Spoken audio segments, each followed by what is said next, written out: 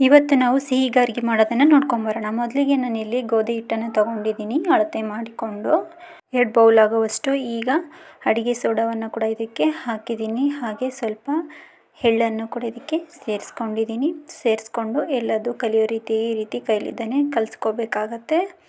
ಇದಾದಮೇಲೆ ಈಗ ನಾನು ಬೆಲ್ಲವನ್ನು ಕರಗಿಸಿ ತೊಗೊಂಡಿದ್ದೀನಿ, ಇದಕ್ಕೆ ಸೇರಿಸ್ಕೊಳ್ತಾ ಇದ್ದೀನಿ ಈ ಹಿಟ್ಟಿಗೆ. ಈಗ ಈ ರೀತಿ ಕಲಿಸ್ಕೋಬೇಕಾಗತ್ತೆ ನೀಟಾಗಿ.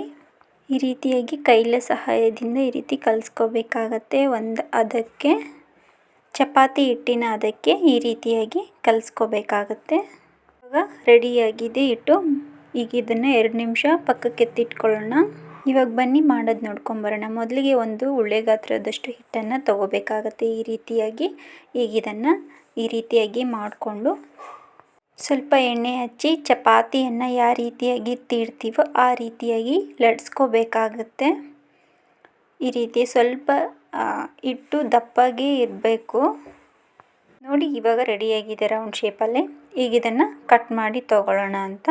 ಈ ರೀತಿ ನಿಮಗೆ ಯಾವ ರೀತಿಯಾಗಿ ಶೇಪಿಗೆ ಇಷ್ಟನೋ ಆ ರೀತಿಯಾಗಿ ಮಾಡ್ಕೋಬೋದು ನೀವು. ನಾನು ಈ ರೀತಿಯಾಗಿ ಮಾಡಿ ತೋರಿಸ್ತಿದ್ದೀನಿ. ನೋಡಿ ನಾನೀಗ ಈ ರೀತಿಯಾಗಿ ಮಾಡಿ ತೊಗೊಂಡಿದ್ದೀನಿ ಅಂತ.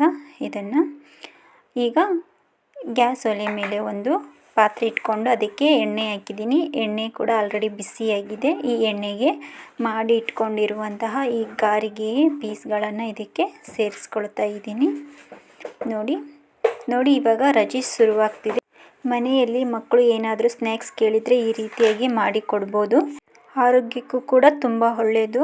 ಇದೇನು ಜಾಸ್ತಿ ಎಣ್ಣೆ ಏನು ಹಿಡಿಯೋದಿಲ್ಲ. ಇದು ಸ್ವಲ್ಪ ಕಲರ್ ಚೇಂಜ್ ಆಗಬೇಕು. ಯಾವ ರೀತಿ ಕಲರು ಅಂದರೆ ಸ್ವಲ್ಪ ಗೋಲ್ಡನ್ ಕಲರ್ ಬರಬೇಕು. ಈ ರೀತಿಯಾಗಿ ನೋಡಿ ಇವಾಗ ಪರ್ಫೆಕ್ಟಾಗಿ ರೆಡಿಯಾಗಿದೆ. ಈಗ ಒಂದು ಪ್ಲೇಟಿಗೆ ತೆಗೆದುಕೊಳ್ಳೋಣ ಅಂತ. ನೋಡಿ ಈ ರೀತಿಯಾಗಿ ಬಂದಿದೆ. ಚೆನ್ನಾಗಿರುತ್ತೆ ಸ್ನೇಹಿತರೆ, ಒಂದ್ಸರಿ ನೀವು ಕೂಡ ಟ್ರೈ ಮಾಡಿ ನೋಡಿ. ಇವಾಗ ಪರ್ಫೆಕ್ಟಾಗಿ ಬಂದಿದೆ ಗಾರ್ಗಿ. ಈ ಸ್ನ್ಯಾಕ್ಸ್ ಯಾವ ರೀತಿಯಾಗಿ ಬಂದಿದೆ ಅಂತ ಕಮೆಂಟ್ ಮಾಡಿ ತಿಳಿಸಿ. ಹಾಗೆ ಇಷ್ಟ ಆದರೆ ಲೈಕ್ ಮಾಡಿ, ಫ್ಯಾಮಿಲಿ ಫ್ರೆಂಡ್ಸಿಗೆ ಶೇರ್ ಮಾಡಿ, ಸಬ್ಸ್ಕ್ರೈಬ್ ಮಾಡಿಕೊಂಡು ನನ್ನ ಚಾನಲ್ನ ನೋಡಿ.